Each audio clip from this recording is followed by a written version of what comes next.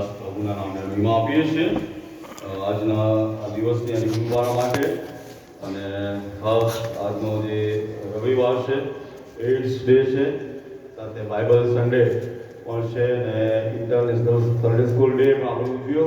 બધાના માટે ખાસ પ્રભુનો આભાર માનીએ છીએ. જે વ્યવસ્થાઓ કંપની ગાર્ડન નાની હેઠળ સન્ડે સ્કૂલમાં કરવામાં આવી ત્યારે તેઓનો પણ આ સમય ખાસ આભાર માનીએ છીએ. અને બાળકો માટે પણ ખાસ પ્રભુની સ્તુતિ કરીએ છીએ કે નિયમિત તેઓ સન્ડે સ્કૂલમાં આવે છે, પ્રભુના ઘરમાં આવે છે અને પોતાના જીવનો આ સમયમાં પ્રભુના માટે તૈયાર કરી રહ્યા છે અને પ્રભુને પોતાના જીવનો સોંપી રહ્યા છે.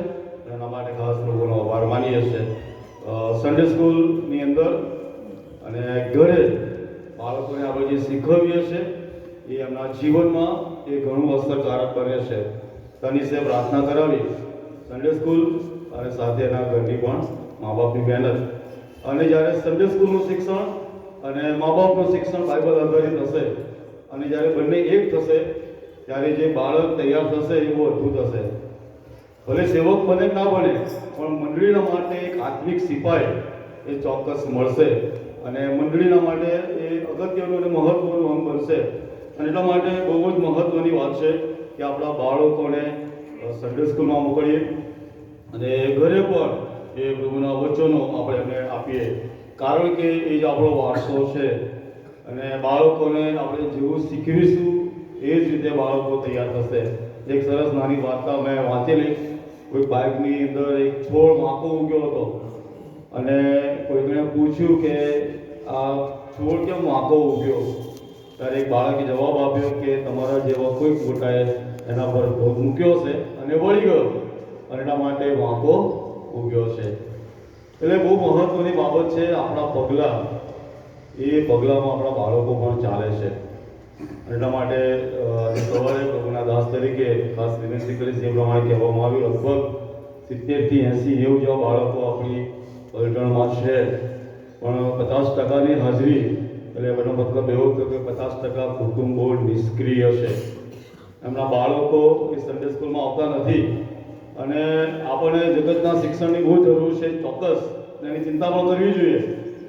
પણ જે મેં આગલા દિવસોમાં સંદેશામાં કહ્યું હતું કે એન્જિનિયર બનેલો હશે, ડૉક્ટર થયેલો હશે, કોઈ પાનના ગલ્લા પર ઊભો રહી અને બીજું કશું વ્યસન કરતો હશે ત્યારે શું? એટલે સાથે પ્રભુનું વચન, પ્રભુનું શિક્ષણ બહુ મહત્વનું છે. અને આજે ખાસ પ્રભુના સેવક તરીકે ને પાળક તરીકે જે મા બાપ પોતાના બાળકોને સન્ડે સ્કૂલમાં મોકલતા નથી તેઓને ખાસ વિનંતી કરું છું કે તમારા બાળકોને સન્ડે સ્કૂલમાં મોકલો, જેથી કરીને પ્રભુના વચનોમાં એ બાળકો તૈયાર થાય. આજનો રવિવાર એ બાઇબલ સન્ડે છે અને ખાસ પ્રભુનો આભાર માનીએ છીએ અને પ્રભુને મહિમા આપીએ છીએ કે પ્રભુએ આપણને આપણી માતૃભાષામાં પ્રભુનું વચન આપ્યું છે. થોડા સમય પહેલાં એક મેં વિડીયો જોયો હતો અને વિડીયોની અંદર એક ટ્રક આવી, મિની ટ્રક, અને એમાં બોક્સ હતા કાર્ટૂન, અને બોક્સને જ્યારે ખોલવામાં આવ્યા તો અંદર જે તે દેશનો હતો વિડીયો, એ દેશની જે ભાષા હતી એમાં એ દેશની ભાષાના બાઇબલો હતા. અને એમણે જ્યારે બાઇબલ એમના હાથમાં આવ્યા ત્યારે એમણે બાઇબલોને ચૂમ્યા અને તેઓએ ઘૂંટણે પડીને રડ્યા. કેટલી મોટી અદ્ભુત બાબતો! જીવન પવિત્ર વચનો જ્યારે એમને એમની પોતાની ભાષામાં મળ્યા અને જ્યારે એ વચન એમના હાથમાં આવ્યા ત્યારે તેઓ ઘૂંટણે પડ્યા, રડ્યા અને બાઇબલ એમણે ચૂમ્યો કરી. અને જે પવિત્ર શાસ્ત્ર બાઇબલ જે મહત્વનું છે, જે અગત્યનું છે, એ એમણે પુરવાર કર્યું. અને એટલા માટે આપણને પણ આપણી પોતાની જ માતૃભાષામાં એ બાઇબલ મળ્યું છે. અને એટલા માટે એના માટે પ્રભુનો લાખો લાખ ધન્યવાદ આપીએ છીએ જે લોકોએ અનુવાદ કર્યું છે, મહેનતો કરી છે અને આપણે બહુ સરળ રીતે સમજી શકીએ ત્યારે એ અનુવાદકોનો પણ આ સમય ખાસ આભાર માનીએ છીએ. બાઇબલ સોસાયટીની સેવાઓના માટે પણ આભાર માનીએ છીએ કે તેઓ બાઇબલ સોસાયટી અલગ અલગ સેવાઓ કરે છે, બાઇબલોને ફ્રીમાં વિતરણ કરે છે, અન્ય ભાષાઓમાં બાઇબલોને છાપવામાં આવે છે. ખાસ કરીને સાઉથ ગુજરાતની અંદર ઘણી બધી ભાષાઓ છે અને એ ભાષાઓની અંદર બાઇબલને છાપવાના પ્રયત્નો થઈ રહ્યા છે, છાપવામાં આવી રહ્યા છે. ત્યારે બાઇબલ સોસાયટીની આ સેવાઓના માટે ખરેખર પ્રભુનો આભાર માનીએ છીએ. અને પવિત્ર શાસ્ત્ર બાઇબલ એના વિશે ઘણું બધું કહી શકાય. અને જે પ્રમાણે લખવામાં આવ્યું છે પ્રમાણે કે 40 જેટલા પ્રભુના સેવકો, રાજાઓ, પાળકો, ગીતા પાળકો, ભરવાડો, ન્યાયાધીશો વગેરે તેઓ દ્વારા આ બાઇબલ લખવામાં આવ્યું છે અને પવિત્ર આત્માની પ્રેરણાથી લખવામાં આવ્યું છે. અને પવિત્ર આત્માની પ્રેરણા વગર આપણે કશું કરી શકીએ. એટલા માટે આપણો જે સાલ્વેશન આર્મીનો જે મૂળમત છે, આપણે જે માનીએ છીએ કે પવિત્ર શાસ્ત્ર મારો જૂનો અને નવો કરાર એ ઈશ્વરની પ્રેરણાથી અપાયેલા છે. અને એટલા માટે પવિત્ર શાસ્ત્ર બાઇબલ જે છે એ ઈશ્વરની અને પવિત્ર આત્માની પ્રેરણાથી લખાયેલા વચનો છે. અને એ વચન હંમેશા એ આપણા જીવનમાં ઉત્તેજન આપે છે, બળ પૂરું પાડે છે. આ કોઈ ન્યૂઝપેપર નથી કે આજે છપાયું અને કાલે રદ્દીમાં જતું રહ્યું. પવિત્ર શાસ્ત્ર બાઇબલ એ તમે રોજ વાંચો અને રોજે રોજ પ્રભુ આપણને બળ આપે, રોજે રોજ પ્રભુ આપણને સામર્થ્ય આપે અને રોજે રોજ પ્રભુ નવી રીતે એ વચનો દ્વારા પ્રભુ આપણી સાથે વાત કરે છે. અને એટલા માટે પ્રભુનો આભાર માનીએ છીએ અને પ્રભુને મહિમા આપીએ છીએ કે ઈશ્વર એના વચનો દ્વારા એ આપણી સાથે વાત કરે છે. જે શાસ્ત્ર ભાગ વાંચવામાં આવ્યો ત્યાં આગળ મુખ્ય ગવાયોના સારું દાઉદનું ગીત છે. અને આ ગીતની અંદર ઈશ્વરના જે વચનો છે, પવિત્ર શાસ્ત્ર બાઇબલ અને દાઉદના સમયમાં કહીએ કે એ શરૂઆતના 5 પુસ્તકો, નિયમ શાસ્ત્ર, અને એ જે શરૂઆતના 5 પુસ્તકોની ઉપર પ્રેમ કરવો અને જે પવિત્ર શાસ્ત્ર બાઇબલ જે આપણને મળ્યું છે અને એ પવિત્ર શાસ્ત્ર બાઇબલ ભવિષ્યની તો વાત કરે છે, પણ એ સાથે વર્તમાન પરિસ્થિતિની અંદર વર્તમાન સમયમાં આપણે પ્રભુ દ્વારા આશીર્વાદિત થઈએ એ બાબતો પણ શીખવે છે. ભવિષ્યમાં જે વિનાઓ બનવાની છે એ બાબતો આપણે જાણીએ છીએ, મરણ પછીના સમયની વાત. પણ વર્તમાન જે પરિસ્થિતિ છે એ વર્તમાન પરિસ્થિતિની અંદર જ્યારે ઈશ્વરના વચનોને આધીન બનીએ છીએ, ઈશ્વરના વચનોને સ્વીકારીએ છીએ, ઈશ્વરના વચનોને આપણા જીવનની અંદર જ્યારે અમલમાં લાવીએ છીએ, ત્યારે વર્તમાન જે પરિસ્થિતિ છે આપણે જેને જીવી રહ્યા છે એ સમયમાં પ્રભુ એની કૃપાથી આપણને ભરશે. અને જ્યારે ઈશ્વરની અધીનતામાં રહીએ છીએ ત્યારે બધા સાથીઓ આપણો ઈશ્વર એ આપણને આશીર્વાદિત કરે છે. અને દાઉદ અહીંયા એ જ બતાવવા માંગે છે, ભવિષ્યની વાતો બાઇબલ કહે છે, પણ આ જગતની અંદર જ્યારે આપણે જીવન જીવી રહ્યા છે ત્યારે આ જગતમાં વર્તમાન સમયમાં એ પ્રભુ આપણને બદલાની વાત કરી રહ્યો છે. બાઇબલમાં ઘણી બધી કલમો છે કે ભવિષ્યની વાત લખવામાં આવી છે. 2 કોરિન્થી 5મો અધ્યાયનું વચન કે દરેકે શરીરમાં જે જે બોલું કે ભૂંડું કર્યું હશે એણે ખ્રિસ્તના ન્યાયાસન આગળ ઊભા રહેવું પડશે. અને 1 કોરિન્થી 3 અધ્યાય 9 અને 15 કલમમાં તો લખવામાં આવ્યું છે.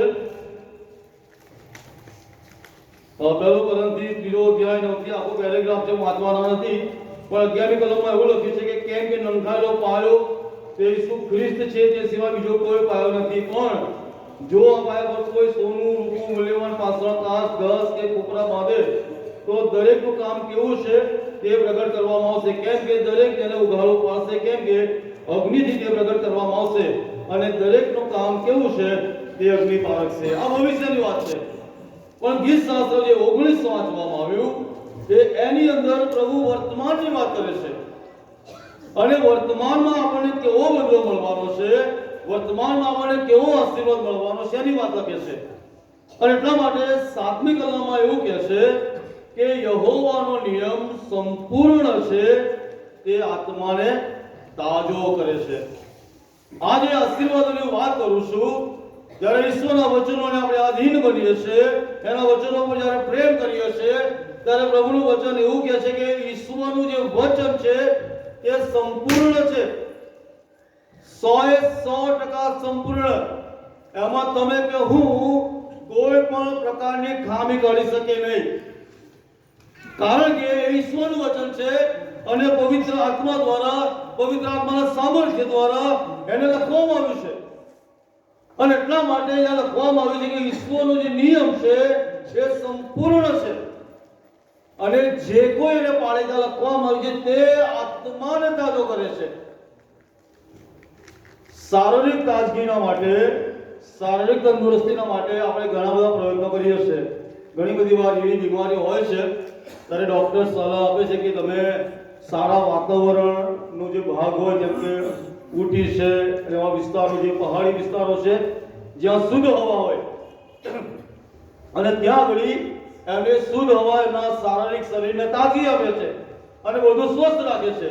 અને એટલા માટે ડૉક્ટરો દવા ગોળીઓ કરતા આવા પર વધારે ભાર મૂકે છે. તમે આ જગ્યાની મુલાકાત લો, પ્રવાસ કરો અને તમને તાજગી મળશે. અને ઘણી બધી વાર આપણે ફોલો કરીએ છીએ. શા માટે? કારણ કે આપણને તાજગી જોઈએ છે, તંદુરસ્તી જોઈએ છે, શરીરમાં આપણે તાજા રહીએ એ માટે બધા પ્રયત્નો કરીએ છીએ. પણ આ પ્રભુનું વચન કહે છે કે આત્મામાં તાજું રહેવાની વાત, ઈશ્વરનો જે નિયમ છે એ સંપૂર્ણ છે અને તે નિયમ આપણા આત્માને તાજો કરે છે. તો આત્માને તાજો કરવા માટે દાઉદ લખે છે. તો એને શા માટે એના આત્માને તાજો કરવાની જરૂર પડી? વ્યભિચારનું જ્યારે પાપ કરવામાં આવ્યું અને જ્યારે વ્યભિચારનું પાપ કર્યું અને એ સમયમાં પ્રબોધક દ્વારા જ્યારે એને કહેવામાં આવ્યું કે તે આ પાપ કર્યું છે, અને જ્યારે પાપનું એને ભાન થયું, એને કબૂલાત કરી અને એને લાગ્યું કે હું આત્મામાં માંદો છું, હું આત્મામાં નબળો છું, હું આત્મામાં તંદુરસ્ત નથી અને મારો આત્મા તાજો નથી. અને એટલા માટે પ્રબોધકની વાત એણે માની, પ્રબોધકની વાત એણે સાંભળી અને સાંભળીને એણે પ્રભુની આગળ પોતાના પાપોની કબૂલાત કરી અને પ્રભુને સોંપાયો. અને એટલા માટે કહે છે કે વ્યભિચાર ન કર, એ આજ્ઞાને યાદ આવી. જ્યારે પ્રબોધક દ્વારા કહેવામાં આવ્યું કે તે વ્યભિચારનું પાપ કર્યું છે, ખૂન કર્યું છે, ત્યારે નિયમ શાસ્ત્ર યાદ આવ્યો છે. અને ત્યાં નિયમ શાસ્ત્રમાં જે આજ્ઞાઓ આપવામાં આવી છે કે તું ખૂન ન કર, તું વ્યભિચાર ન કર, અને ત્યારે એને આવ્યું કે ઈશ્વરનો નિયમ તો સંપૂર્ણ છે ને મેં નિયમ પાળ્યો નથી. અને એટલા માટે જ્યારે વચન એની પાસે આવ્યું પ્રબોધક દ્વારા, ત્યારે એને પોતે પાપ કબૂલાત કરી અને એને પોતાના આત્માને તાજો કરવાની જરૂરિયાત ઊભી થઈ. અને એટલા માટે એ કહે છે કે યહોવાનો નિયમ એ સંપૂર્ણ છે, તે આત્માને તાજો કરે છે. ઉડાવ દીકરાની વાત આપણે જાણીએ છીએ. બધું એની પાસે હતું, મોજ શોખ આનંદ કર્યો, અને જ્યારે ખરાબ પરિસ્થિતિમાં આવ્યો ત્યારે એને અહેસાસ થયો. એણે શું કહ્યું કે આકાશ અને તારી સામે મેં પાપ કર્યું છે, તારો દીકરો કહેવાના માટે પણ હું યોગ્ય નથી. આપણા જે વ્યક્તિગત જીવનો છે એ વ્યક્તિગત જીવનો આત્મા દ્વારા તાજા થાય એ માટે પ્રભુનું વચન કહે છે કે ઈશ્વરનો નિયમ જે છે એ સંપૂર્ણ છે અને એ નિયમો આપણા આત્માને પ્રભુમાં તાજો કરે છે. કોઈ પણ એવી બાબત જો આપણા હૃદયમાં છે, આપણા જીવનોમાં છે કે જે દ્વારા આપણો આત્મા નાદુરસ્ત છે, એ આત્મા પાપમાં છે, એ આત્મા દુઃખી છે, એ આત્મા ખરાબ બાબતોમાં સપડાયેલો છે, તો આજે પ્રભુ તમને મને આહ્વાન આપી રહ્યો છે. એ નિયમ શાસ્ત્ર દ્વારા અને નવા કરારમાં પ્રભુએ આપેલી આજ્ઞાઓ અને પ્રેમ દ્વારા પ્રભુ કહેવા માંગી રહ્યો છે કે તમે તમારા આત્માને એ તાજો કરો. બાઇબલની અંદર પહેલો થેસલોનિકા 5મો અધ્યાય પહેલો અધ્યાય અને 5મી કલમમાં એવું કહે છે, પહેલો થેસલોનિકા પહેલો અધ્યાય અને 5મા વચનમાં કહે છે કેમ કે આપણી સુવાર્તા કેવળ શબ્દથી નહીં પણ સામર્થ્યથી, પવિત્ર આત્માથી તથા ઘણી ખાતરી પૂર્વક તમારી પાસે આવી છે. ઈશ્વરનો જે નિયમ છે એ વાળા સાથે બાઇબલ કહે છે કે સામર્થ્યવાન છે. અને બાઇબલ કહે છે પ્રમાણે કે પવિત્ર આત્માની ઘણી ખાતરી પૂર્વક એ તમારી મારી પાસે આવ્યું છે. એમને આવ્યું નથી, પવિત્ર આત્મા દ્વારા એ વચનો વાળા સાથીઓ એ આપણી પાસે આવ્યું છે. એટલા માટે ઈબ્રુ 4 અને 12 કહે છે કેમ કે દેવનો શબ્દ જીવન, સમર્થ તથા બેધારી તલવાર કરતા પણ વિશેષ તીક્ષ્ણ છે. તે જીવ તથા આત્માને અને સાંધા તથા મજ્જાને જુદા પાડે એટલે સુધી વિધનારો છે અને હૃદયના વિચારોને તથા ભાવનાઓને પારખનાર છે. બહુ સ્પષ્ટ પ્રભુનું વચન કહે છે કે આત્માને અને સાંધાને, મજ્જાને અને જીવને તાજગીની વાળા સાથીઓ જો આપણને જરૂર હોય તો પ્રભુનું વચન આજે તમે મને આજે સવારે બાઇબલ સ્ટડીના દિવસે આહવાન આપેલું હશે. એ આત્માને ફરીને એકવાર તાજો કરશે. જો આપણો આત્મા નાદુરસ્ત છે તો વાળા સાથીઓ આજે પહેલી બાબત આજે પ્રભુ આપણને કહેશે કે પુનઃ સ્થાપિત થઈએ. આત્મામાં તાજા થવું એટલે પુનઃજીવિત થવું. જેમ પાઉલ કહે છે કે હવેથી હું નહીં પણ મારામાં ખ્રિસ્ત જીવે છે. હું નહીં પણ મારામાં ખ્રિસ્ત જીવે છે. બીજી જે બાબત છે અને તો એ છે કે પ્રભુનું વચન જે છે એ વિશ્વાસપાત્ર છે. જ્યારે કહેવામાં આવ્યું છે કે યહોવાની સાક્ષી એ વિશ્વાસપાત્ર છે ને તે અબૂધોને બુદ્ધિમાન કરે છે. ઈશ્વરનું જે વચન છે ત્યારે લખવામાં આવ્યું છે કે વિશ્વાસ કરવા યોગ્ય છે. વ્યક્તિકરણો તમે વાંચો તો અવારનવાર તો પ્રભુ એવું કહે છે કે વાતો લખ કેમ કે વાતો વિશ્વાસ યોગ્ય છે. અને પ્રભુનું જે વચન છે એ વિશ્વાસ યોગ્ય છે, વિશ્વાસને પાત્ર છે. અને જ્યારે પ્રભુના એ વચનો પર વિશ્વાસ કરીએ છીએ ત્યારે મારા સાથીઓ પ્રભુ એનું સામર્થ્ય એ આપણા જીવનમાં પૂરું પાડે છે. આપણા હૃદય અને મનોને એ વચનો દ્વારા પ્રભુ તૈયાર કરે છે. અને જેટલાએ પણ વચનો પર વિશ્વાસ કર્યો છે તેઓના જીવનો પ્રભુએ એ આબાદ અને આશીર્વાદિત બનાવ્યા છે. યહોશુઆને કહ્યું કે નિયમ શાસ્ત્ર તારા મોંમાંથી જાય નહીં, દિવસ રાત એનું મનન કર.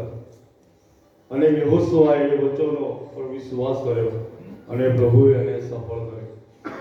એટલા માટે ત્યાં લખવામાં આવ્યું છે કે અબૂધોને તે બુદ્ધિમાન કરે છે. પ્રભુના વચનો તમે જો વાંચો તો યશાયા પ્રવચન 35મો અધ્યાય અને એની છેલ્લી કલમમાં 35મો અધ્યાય 8મી કલમમાં છેલ્લો ભાગ એવું કહે છે કે તે માર્ગે તેના લોકને માટે થશે અને મૂર્ખો પણ તેમાં ભૂલા પડશે નહીં. જ્યારે વચનની અધીનતામાં રહીએ છીએ ત્યારે બાઇબલ એવું કહે છે કે તે માર્ગ તેના લોકોને માટે થશે. એટલે ઈશ્વરનું વચન અને કે જે મૂર્ખો પણ એમાં ભૂલા પડશે નહીં. એટલા માટે પ્રભુનો સેવક કહે છે કે અબૂધોને તે બુદ્ધિમાન કરે છે. મૂર્ખો કે જેઓ પ્રભુના વચનો કરંથીના પત્રમાં કહે છે કે જ્ઞાનીઓને શરમાવવા સારું મેં મૂર્ખોને પસંદ કર્યા છે. પણ બાઇબલ એવું કહે છે યશાયા કે મૂર્ખો પણ એમાં ભૂલા પડશે નહીં જો ઈશ્વરની આધીનતામાં અને વચનોમાં આપણે ચાલીએ છીએ તો. જગત ભલે મૂર્ખ કહે પણ એ મૂર્ખમાં જગત ભૂલું પડી જશે. એના વિશ્વાસી પાત્રો, વિશ્વાસી બાળકો એ કદી એ માર્ગમાં ભૂલા પડશે નહીં. કેમ કે એ વચન પર વિશ્વાસ કરનારા છે. આગળ જઈએ અને ત્યાં લખવામાં આવ્યું છે કે યહોવાના વિધિઓ યથાર્થ છે અને તેઓ હૃદયને આનંદ આપે છે. ઈશ્વરના વચનો જે છે એ ન્યાયી છે. એમાં કોઈ પણ પ્રકારનો અન્યાય નથી. એક પણ વચન એવું નથી કે કોઈ ન્યાયથી લખવામાં આવ્યું હોય. અને ઈશ્વર પોતે ન્યાયી છે અને એટલા માટે એના વચનો પણ યથાર્થ અને ન્યાયી છે. અને જ્યારે વચનોને અધીન બનીએ છીએ ત્યારે બાઇબલ કહે છે કે તેઓ હૃદયને આનંદ આપે છે. આજે આનંદની બધાને જરૂર છે. બધા જ આનંદ શોધી રહ્યા છે. અલગ અલગ જગ્યાઓ પર કોઈ ખાઈને, કોઈ જોઈને, કોઈ પહેરીને, કોઈ માણીને, કોઈ ફરીને વગેરે પ્રકારના આનંદો. પણ આ બધા જે આનંદો છે એ બાઇબલ એવું કહે છે કે બધા ક્ષણિક છે, થોડાક સમય માટે જ છે.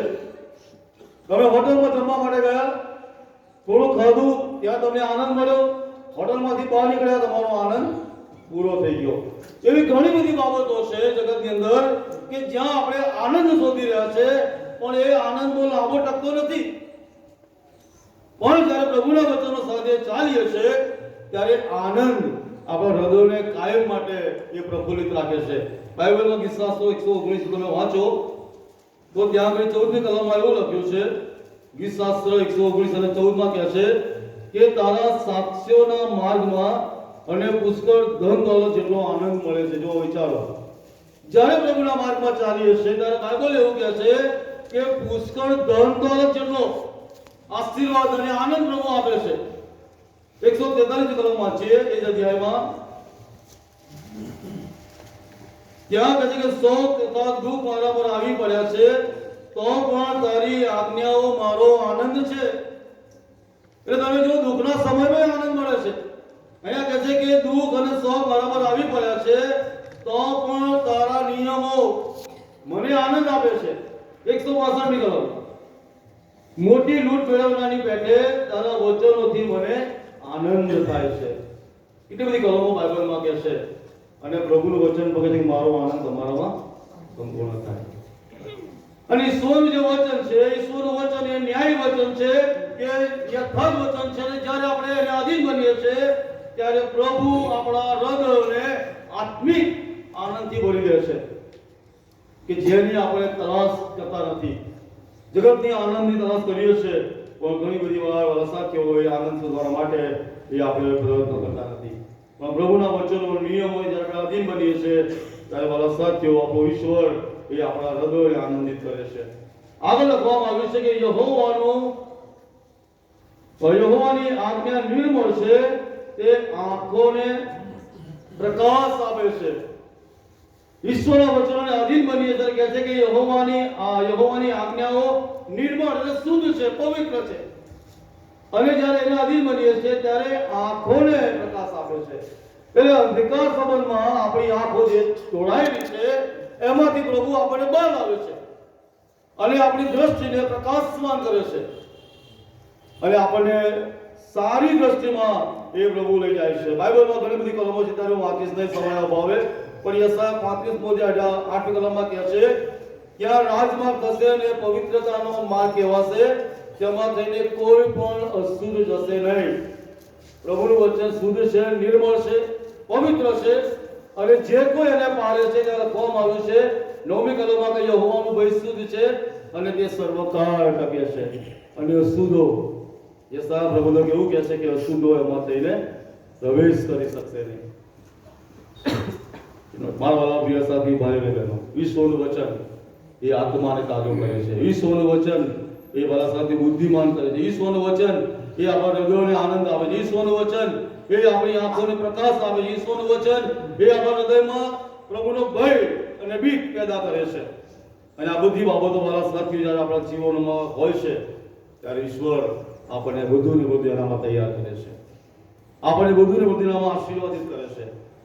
અને એટલા માટે ઈશ્વરના વચનો જે બાબતો આપણે જોઈ લગભગ 9 બાબતો છે કે જે ઈશ્વરને આધીન થવાની બાબતો છે. જે મહત્વની બાબત છે કે જ્યારે આપણે ઈશ્વરના વચનોને પાળીએ છીએ ત્યારે શું થાય છે? પ્રભુ આપણું રક્ષણ કરે છે, પ્રભુ આપણી સલામતી બને છે, પ્રભુ આપણને એના હાથોમાં એ ધરી રાખે છે. સભા શિક્ષક અને તેનો 8મો અધ્યાય અને ત્યાં આગળ 5મી કલમમાં લખવામાં આવ્યું છે કે જે કોઈ રાજાની આજ્ઞા પાળે છે તેને કંઈ હરકત થશે નહીં. જો રાજાની આજ્ઞાઓ પાળવાથી કોઈ જાતનું નુકસાન થતું ન હોય, તકલીફ થતી ન હોય, કષ્ટ થતો ન હોય, તો રાજાના નિયમોને પાળવાથી કેટલી બધી મોટી કૃપા એ પ્રભુ આપણા પર કરશે. સભા શિક્ષક કહે છે કે રાજાની જે આજ્ઞાઓ છે પાળનારને કોઈ પણ પ્રકારની તકલીફ પડશે નહીં. અને રાજાઓનો રાજા જે પ્રભુનો પ્રભુ છે, જેને તમને અને મને એના નિયમો આપ્યા છે, એ નિયમો જ્યારે આપણે પાળીએ છીએ ત્યારે પ્રભુ આપણી સલામતી બને છે, પ્રભુ એ આપણું રક્ષણ બને છે. ગીતશાસ્ત્ર 34માં કહે છે, ગીતશાસ્ત્ર 34 અને 19ની કલમમાં એવું લખ્યું છે કે ન્યાય માણસને માટે ઘણા દુઃખ આવે છે પણ યહોવા તે સર્વમાંથી તેને છોડાવે છે. ઈશ્વરના વચનોને જ્યારે મારા સાથે આપણે આધીન બનીએ છીએ ત્યારે બાઇબલ કહે છે કે એના માટે દુઃખ આવશે પણ પ્રભુ એમાંથી એને છોડાવશે. દાનિયેલના માટે સિંહોના દૂર કર્યા, સાદ્રાક મેશાક અબેદનગોના માટે પ્રભુએ એ અગ્નિની ભઠ્ઠી દૂર ના કરી પણ એમાંથી પ્રભુ એમને પસાર કરાવ્યા. પણ એ દાનિયેલના માટે પ્રભુએ સિંહોના મુખ બંધ કર્યા.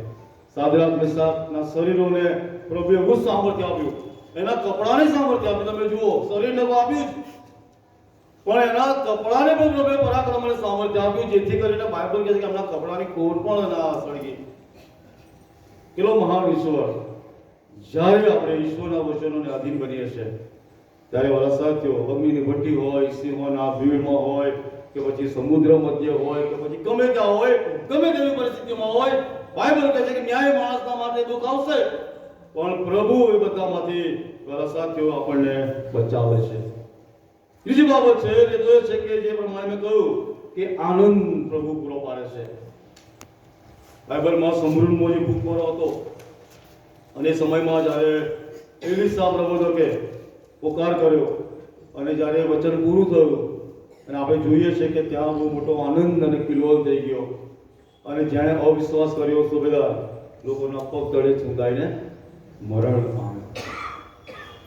પ્રભુના વચનો વાળા સાથીઓએ આપણા હૃદયોને આનંદ આપે. બીજી બાબત છે અને તો એ છે કે જ્યારે ઈશ્વરની આજ્ઞાઓ પાળીએ છીએ ત્યારે આપણા હૃદયો એ મહા શાંતિથી ભરાઈ જાય છે. જે શાંતિની આપણે જરૂર છે, આજે દુનિયા પર ઘણા બધા એવા સમય આપણે જોઈએ છે કે ભયંકર છે, ખૂનાવર્તી છે અને ઘણી બધી બાબતો એવી જોઈએ છે કે આજે માણસ પોતાના વ્યક્તિગત જીવનમાં એ શાંતિનો અનુભવ કરી શકતા નથી અને એટલા માટે શાંતિના માટે લોકો ફાંફા મારે છે, વ્યક્તિગત જીવનમાં, કૌટુંબિક જીવનમાં, બાળકોના માટે વગેરે. અને એટલા માટે બાઇબલ આપણને કહે છે કે જ્યારે વાલા સાથે આપણે ઈશ્વરની આજ્ઞાઓને પાળીએ છીએ ત્યારે આપણો ઈશ્વર એ આપણા હૃદય અને મનોને, આપણા કુટુંબોને એ મહા શાંતિથી ભરી દે છે. યશાયા પ્રભુ કહે છે 26મો અધ્યાયનું 3 વચન કે દ્રઢ મનવાળાને તું શાંત જ રાખીશ. અને ફિલિપી 4 અને 4-7 આપણે જાણીએ છીએ. અને દેવની શાંતિ જે સર્વસમ શક્તિની બહાર છે એ ખ્રિસ્ત ઈસુમાં તમારા હૃદયની મનોની સંભાળ રાખશે. ઈશ્વરના વચનો વાળા સાથે જ્યારે આપણે પાડીએ છીએ ત્યારે બાઇબલ કહે છે કે આપણને મહા શાંતિના અનુભવમાં લાવશે. સમુદ્રમાં આપણે જાણીએ છીએ ભાઈઓ શિષ્યો ડૂબી રહ્યું હતું નાવ અને પ્રભુએ ત્યારે સમુદ્ર અને તોફાને ધમકાવ્યો. બાઇબલ કહે છે કે ત્યાં મહા શાંતિ થઈ. ઈશ્વરના વચનો વાળા સાથીઓ જ્યારે આપણે એને અમલમાં મૂકીએ છીએ ત્યારે આપણા હૃદયો અને મનોને પ્રભુ મહા શાંતિથી એ ભરી દે છે. આજે સવારે બાઇબલ સન્ડેના દિવસે પ્રભુ આજે તમને ને મને આહ્વાન આપી રહ્યો છે. ઈશ્વરના વચનો એ વિશ્વાસપાત્ર છે, ઈશ્વરના વચનો એ વિશ્વાસયોગ્ય છે, ઈશ્વરના વચનો એ સંપૂર્ણ છે, ઈશ્વરના વચનો એ સામર્થ્યવાન છે, ઈશ્વરના વચનો એ સદાકાળ એ ટકી રહેનાર વચનો છે. ઈશ્વરના વચનો કહે છે કે સોના કરતા અને મધ કરતા પણ મૂલ્યવાન અને મીઠા છે. પ્રભુના લોકો તરીકે આપણે આપણી માતૃભાષામાં આપણું વચન મળ્યું છે ત્યારે તમે અને હું એ વચનોના કેટલા આધીન કરનારા બાળકો બન્યા છે. લોકોની પાસે વચનો નથી, લોકોની પાસે પોતાના બાઇબલો નથી. લોકો આજે રડી રહ્યા છે, બાઇબલો માટે પ્રાર્થનાઓ કરી રહ્યા છે કે એમને પોતાની માતૃભાષામાં એ પોતાનું બાઇબલ મળે. એવા ઘણા બધા વિસ્તારો છે જ્યાં પ્રભુની સુવાર્તા ગઈ નથી, પ્રભુના વચનો ગયા નથી. તમને ને મને મફત મળી ગયું છે. જે બાઇબલ વેલી જિંદગી છે તો આપણે કહી નાખીએ છીએ બાઇબલ ઊંચું કરીને, પણ શું ખરેખર એ જિંદગી છે? ગીત કહીએ છીએ બાઇબલ વેલી જિંદગી है અને खुदा ने हमको जो दिया है, બધી બાબતો કહીએ છીએ, બાઇબલ ઊંચું કરીએ છીએ. હું જ્યારે અમદાવાદમાં હતો ત્યારે હંમેશા એવું કરતો હતો કે આપણી જિંદગીને ઊંચી કરીએ. હું એવું કરતો હતો. આવો બાઇબલ ઊંચા કરીએ નતો કહેતો કે આવો આપણી જિંદગીને, આપણા જીવનને ઊંચું કરીએ અને પછી કહીએ કે બાઇબલ મેરી જિંદગી है. અને પછી ખબર પડશે કે જે ઊંચું કર્યું છે એ ખરેખર આમાં છે, આને અધીન બનાવ્યું છે, આને અમલમાં મૂક્યું છે, ત્યારે આપણને ખબર પડશે. અને એટલા માટે મારા વાલા પ્રિય સાથી ભાઈ અને બહેનો, આજે સવારે પ્રભુનું વચન જ્યારે આપણને આપણી પોતાની જ માતૃભાષામાં સરળતાથી આપણે સમજી શકીએ એ મળ્યું છે ત્યારે બાઇબલ એવું કહે છે યાકૂબ 1 અને 22માં પણ તમે વચનના પાડનારા થાઓ, પોતાને છેતરીને કેવળ સાંભળનારા જ નહીં. 10 અધ્યાય વાંચ્યા હોય, 15 અધ્યાય વાંચ્યા હોય એની સાથે કોઈ મતલબ નહીં, પણ એમાંથી તમે શું સ્વીકાર્યું, એમાં તમે શું અપનાવ્યું, એમાં તમે તમારા જીવનમાં કઈ બાબતને અમલમાં મૂકી. જ્યારે વચન વાંચીએ કલમ પણ ઘણી બધી વાર આપણા જીવનોને બદલી નાખે છે. એક શબ્દ એવાના સાથીઓ આપણા જીવનોને બદલી નાખે છે.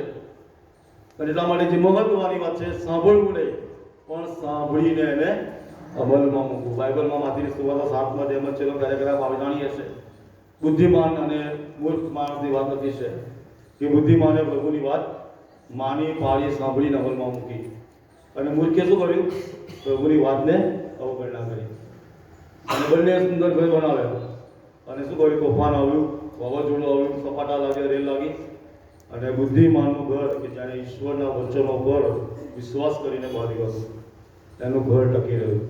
અને મૂર્ખના વિશે આપણે જાણીએ છીએ કે એનું ઘર એ જમીનદોસ્ત થઈ ગયું. એટલા માટે યાકૂબ કહે છે કે સાંભળીને નહીં, વચનના પાડનારા થાઓ, છેતરીને નહીં. એટલા માટે આજે સવારે પ્રભુનું વચન વાળા સાથીઓ આપી આગળ આવે. છેલ્લી કલમ 35 અને પછી હું બંધ કરીશ. પુણ્ય નિયમ 5મો અધ્યાય ને 29મી કલમમાં એવું લખ્યું છે. પુણ્ય નિયમ 5મો અધ્યાય ને 29મી કલમમાં કહે છે કે અરે જો આ લોકોનું હૃદય એવું હોય કે તેઓ મારો ડર રાખે ને મારા સર્વ હુકમ સદા પાળે તો કેવું સારું, કેમ કે ત્યારે તો તેમનું તથા તેમના વંશજોનું સદા જરૂર થાય. વિચાર કરો, પ્રભુ આપણી તો ચિંતા કરે જ છે, પ્રભુ આપણને તો આશીર્વાદ આપવા માંગે જ છે, પણ શું કહે છે? તેમના વંશજો એટલે આપણી પેઢી, આપણો આવનાર વંશજો જો વચનો તમે ને મેં સ્વીકાર્યા છે, ગ્રહણ કર્યા છે, વચન અમલમાં મૂક્યા છે, તો બાઇબલ કહે છે કે પ્રભુ આપણા વંશજોને એટલે આપણા બાળકોને, આપણા ફળને પ્રભુ આશીર્વાદિત કરશે. જો તમે અને હું આપણા વંશજોને આપણને મળેલા ફળોને જો આશીર્વાદ જોવા માંગીએ છે, તો પ્રભુ કહે છે કે જો આ લોકોનું હૃદય એવું હોય કે તેઓ મારો ડર રાખે, મારી બીક રાખે અને મારા નિયમ શાસ્ત્રને પાળે. પુણ્ય નિયમ 28મો અધ્યાય પહેલી કલમમાં લખવામાં આવ્યું છે કે ન્યાયી માણસો, પ્રભુમાં ચાલનારા માણસો, યથાર્થી માણસો એ આશીર્વાદ થશે. અને 14મી કલમથી આગળ તમે વાંચો, જો કોઈ પાળશે નહીં તો એના પર શ્રાપ આવશે. 1 થી 14 કલમો, એમાં 1 થી 13માં પ્રભુ આશીર્વાદની વાત, અને પછી તમે જો આખો અધ્યાય વાંચો તો ઘણી બધી કલમો લખવામાં આવી છે, અને ત્યાં ઘણી એ કલમોની અંદર એ બધી શ્રાપની વાત છે. પુણ્ય નિયમ 28મો અધ્યાય ને 15 થી આગળ તમે વાંચો તો શું શું થશે, ઘરે જઈને વાંચો. અને ત્યાં એવું લખવામાં આવ્યું છે કે જો તમે આજ્ઞા પાળશો તો તમારી પેઢીઓ કરશે. આપણા બાપ દાદાએ પ્રભુનું વચન જો ના સાંભળ્યું હોત ને, અને જો એને ના સ્વીકાર્યું હોત ને, તો આજે એમની પેઢી તરીકે આજે આ જગ્યા પર આપણે બેઠા ના હોત. એટલા માટે પુણ્ય નિયમ છે કે તમારા બાળકોને તમે શીખવો અને કહો. જ્યારે સૌ પ્રથમ જે વિશ્વાસી આપણા બાપ દાદા હતા કે જેમણે પ્રભુનું વચન સ્વીકાર્યું, પ્રભુની વાતો માની અને ખરા અર્થમાં કેવું તો તારણ પામ્યા. પહેલી જરા પ્રભુનું વચન એમની પાસે આવ્યું છે. એમને તો જાણ હતા, હિન્દુ ધર્મમાં તો હોય, કોઈ પણ ધર્મમાં હતા, અને અમે એમની આસ્થાઓ હતી. પણ જ્યારે એ પ્રભુની પાસે આવ્યા, મિશનરી એમની પાસે ગયા અને જ્યારે વાતો એમને કહી, ત્યારે અભણ કુંડાચાપ માણસોએ આના પર વિશ્વાસ કર્યો. અને આના પર વિશ્વાસ કરીને એ જે આશીર્વાદ આપણે ભોગવી રહ્યા છે ને, એ એમના છે. બાઇબલ કહે છે કે તમારી ત્રીજી અને ચોથી ને પાંચમી પેઢી હું આશીર્વાદિત કરીશ. જો તો તમે તમારી ત્રીજી, ચોથી ને પાંચમી પેઢીને આશીર્વાદિત કરવા માંગો છો, તો આજે જ પ્રભુ કહે છે કે તમે મારા હુકમો પાળો, મારી બીક રાખો, તમારા હૃદયમાં મારી આધીનતાને સ્વીકારો, તો હું તમારા વંશજોને આશીર્વાદ આપીશ. આજે સવારે પ્રભુ તમે અને મને વાલા સાથીઓ એ આહવાન આપી રહ્યો છે. પ્રભુના વચનમાં આજે આપણે ઉત્તેજન આપી રહ્યો છે. હજુ સુધી જો વાલા સાથીઓ માત્ર ને માત્ર આપણે સાંભળનારા જ બની રહ્યા છે, તો આજે પ્રભુ એ તમે મને કહી રહ્યો છે કે આપણે છેતરી રહ્યા છે પોતાની જાતને અને પ્રભુને. વચનોને પાળનારા બનીએ, અને જ્યારે વચનોના પાળનારા બનીશું ત્યારે ગયા રવિવારે જે સંદેશો આપેલો નહેમ્યા પ્રબોધકનો, અને આમાં જે વાત કરી હતી